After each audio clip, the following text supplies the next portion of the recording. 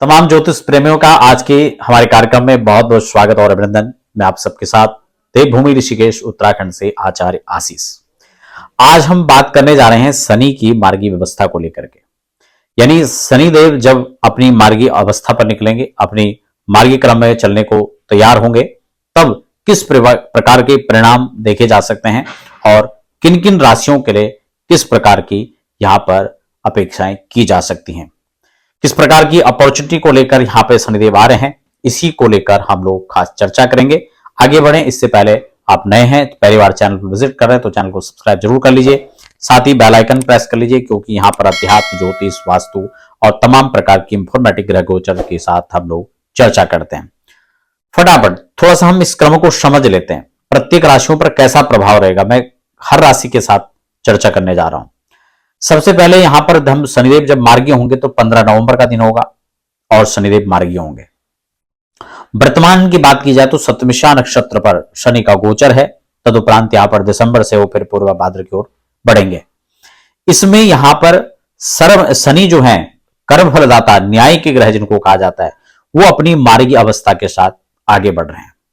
जब तक वो वक्र अवस्था में थे तो किस प्रकार के गतिरोध, किस प्रकार की अवरोधताएं, किस प्रकार की समस्याओं का सामना आपको करना पड़ा, वो आप सब लोग जानते हैं।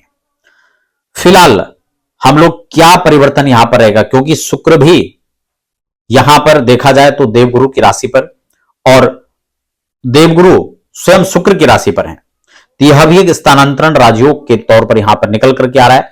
किन लोगों को स्थानांतरण राजयोग साथ में शशि योग का एक विशेष लाभ मिलने जा रहा है, क्या परिवर्तन होने जा रहे हैं, प्रत्येक राशि पर हम लोग चर्चा करेंगे। साथ ही साथ उपाय भी मैं आपको बताता चलूंगा।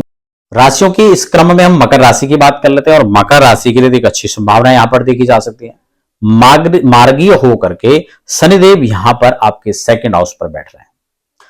फर्स्ट और सेकंड के लॉर्ड होकर सेकंड हाउस पर जो शनि की सिचुएशन मार्गीय होने जा रही है, वो आपको एक विशेष लाभ की प्राप्ति यहां पर कराने वाले हैं। देवगुरु की स्थिति पंचम भाव पर और द्वादश पर शुक्र रहेंगे।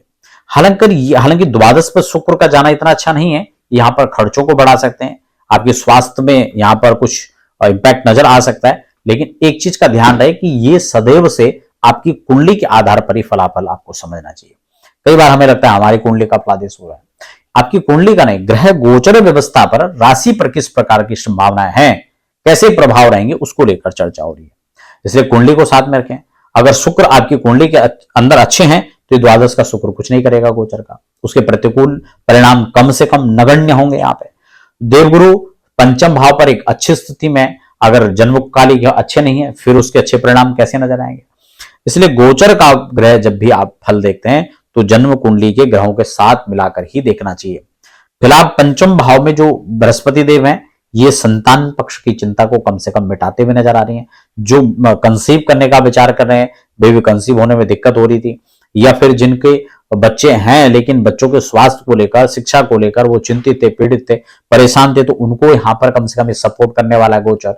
जिनके बच्चों की नौकरी की स्थितियों में, परिस्थितियों में कहीं ना कहीं प्रतिकूलताएं और वहां पर उनको अनुकूल लाभ नहीं प्राप्त हो रहा था, तो वो इस दशा काल में इसके अच्छे सुखद परिणाम यहां पर उनको प्राप्त हो सकते हैं।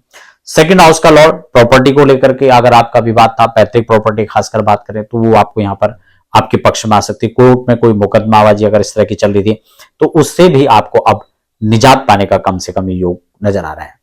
लग्नेश बनकर के आपके स्वास्थ्य में भी इंप्रूवमेंट यहां पर नजर आ सकता है और ये देखा जाए तो ऑल ओवर यह गोचर काल आपको एक अच्छे परिणाम देने वाला है। करना क्या है थोड़ा उसको समझ लीजिए। एक तो ध्यान रखें, किसी के भी पुरुषार्थ का किया हुआ उसका पारिश्रमिक आपको नहीं रोकना है, तत्क्षण उसको दीजिए। कोई भी काम किससे करवाते हैं तुरंत पे आउट कीजिए और उसको छुट्टी कीजिए। दूसरा, आपको किसी भी गरीब असहाय उसके साथ गलत व्यवहार नहीं करना है, उसको कुछ हो सके तो उसको दो, कुछ हेल्प उसकी कीजिए और दशरथ कृत शनि स्तोत्र का पाठ कीजिए। हनुमान चालीसा नियमित शाम को पढ़ें, फिर देखें बल्ले बल्ले। फिलहाल बने रहें, हमें दीजिए इजाजत।